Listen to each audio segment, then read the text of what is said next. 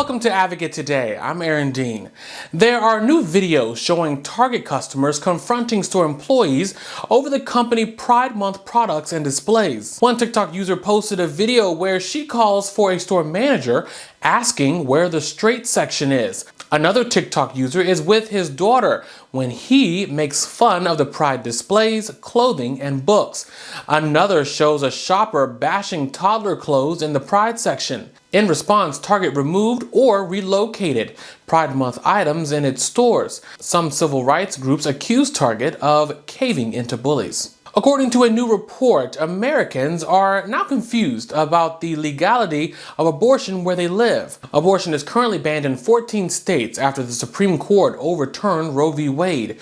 According to a new survey by the Kaiser Family Foundation, more than half of residents in those states are unsure whether abortion is illegal for them. On top of that, about 1 in 8 incorrectly believe that medication abortion is still legal in their state. Meanwhile, trust in the Supreme Court has also diminished. More than 60% of people don't trust the Supreme Court's ability to decide cases related to reproductive and sexual health. Attacks against the Jewish community rose 36% in 2022. President Joe Biden is launching a national strategy to counter anti-Semitism. The White House laid out 4 pillars of the initiative. They are focusing on increasing awareness, improving safety, countering discrimination, and building solidarity. The White House says that the executive branch plans to take 100 actions within a year. Biden also is calling on Congress and all Americans to fight discrimination against people who are Jewish. It's on all of us. It's on all of us to stop it. We must say clearly and forcefully that anti-Semitism and all forms of hate and violence have no place in America. And silence is complicity, and it cannot remain silent. I will not remain silent. You should not either. That's why today I'm releasing the first ever national strategy to counter anti-Semitism. It's the most ambitious and comprehensive U.S. government-led effort to fight anti-Semitism in American history. The White House says a neo-Nazi march in Charlottesville, Virginia in 2017 is part of what compelled Biden to run for president. The second gentleman, Douglas Emhoff, is the first Jewish spouse of a president or vice president. He says that he tries to use his role to counter anti-Semitism and other forms of hate. The Texas State Attorney General is facing the threat of impeachment. A Texas House committee voted unanimously to recommend the impeachment. Ken Paxton is under investigation for allegations that he abused his office to benefit a major donor. Paxton has denied the claims. Paxton recently launched a probe into an Austin area children's hospital, alleging that they performed gender-affirming surgeries. He also objected to dropping charges against a trans activist protesting at the state capitol. For every anti-LGBTQ bill introduced, there are people stepping up to fight. Tracy Gilchrist spoke with the Deputy Director of Equality Garden State, who is working to provide education, advocacy, and inspire LGBTQ+ New Jerseyans. Hi, welcome Brielle Winslow-Majette, Deputy Director of Garden State Equality and also PCOS advocate. So thank you very much for being here with me today. Absolutely. Thank you for having me. Yes. Well, first, I just want to ask you a little bit about what you're doing over at Garden State Equality. And there's so much anti-LGBTQ+ legislation and book bans and drag bans all over the country. And New Jersey is a blue state, although probably not in every place, right? So what are some of the things you're taking on with Garden State Equality at the moment? Absolutely. So I like to say that Garden State Equality is like a jack of all trades. We are a New Jersey statewide organization. Right now, we're currently have worked to pass over 226 pieces of legislation to protect our LGBTQ individuals.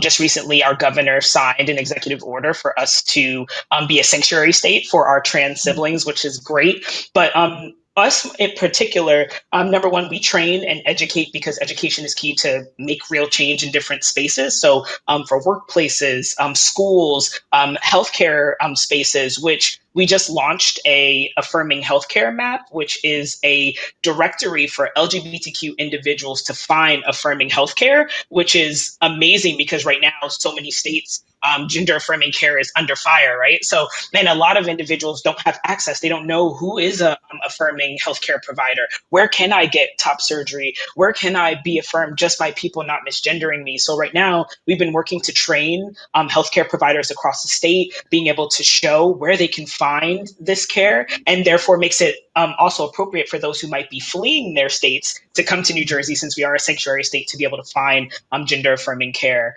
Other than that, we're really working in the schools because it starts with education, right? Which is why it's under fire in other spaces. So we are working to make sure that inclusive curriculum is being taught in all 600 of our districts. We do have some pushback from districts who, do not believe that children should learn about LGBTQ individuals so young, or that that it should be something that's left up to parent consent. But right now we're working to really talk about the importance, because our youth are under fire, right? And when you see yourself and you know you belong and you're affirmed, you see success. And learning about successful LGBTQ individuals in schools allows them to know that there's a future for them. So that is one of our biggest stamps, because we want to make sure that there is a future and that there will be a future of advocates fighting for the LGBTQ community if New Jersey ever does turn red.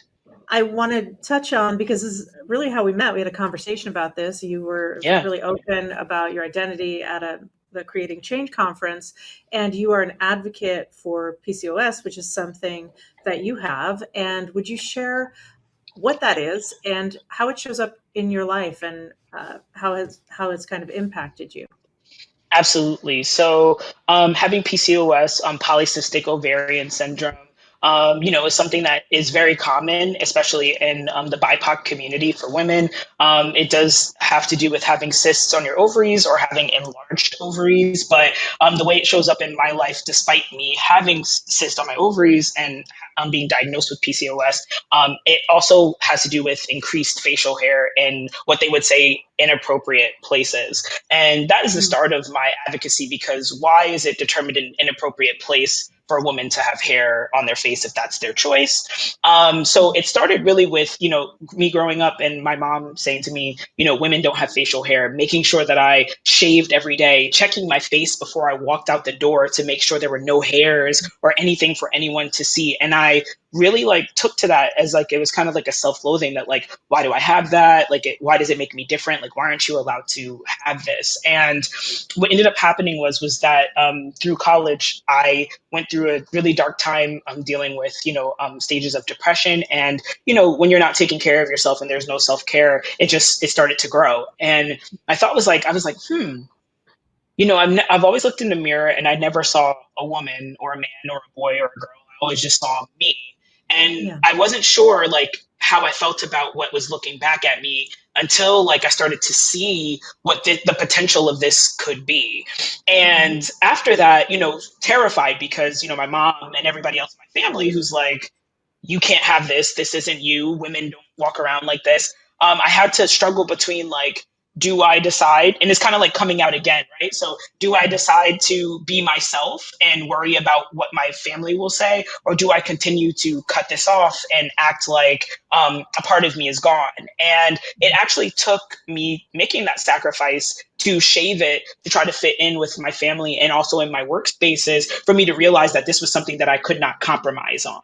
We put women on a pedestal for being their natural selves, but we're natural until you have something that's called abnormal or seen as abnormal. So I started to talk about it on TikTok.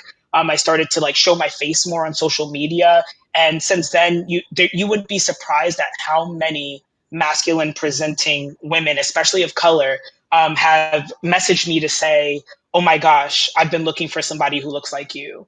Oh my gosh, I've been shaving for years and I haven't felt like myself. Oh my gosh, I've never loved the hair on my body, and it made me feel like I was different or abnormal or strange. And now to see that some of these people are actually embracing it, lets you know that you're seeing a difference in their confidence, you're seeing a difference in their identity. And it really allows, if we believe that LGBTQ individuals and everyone else should be their authentic selves, then we should believe that they also have the ability and should have the privilege of being their authentic self too.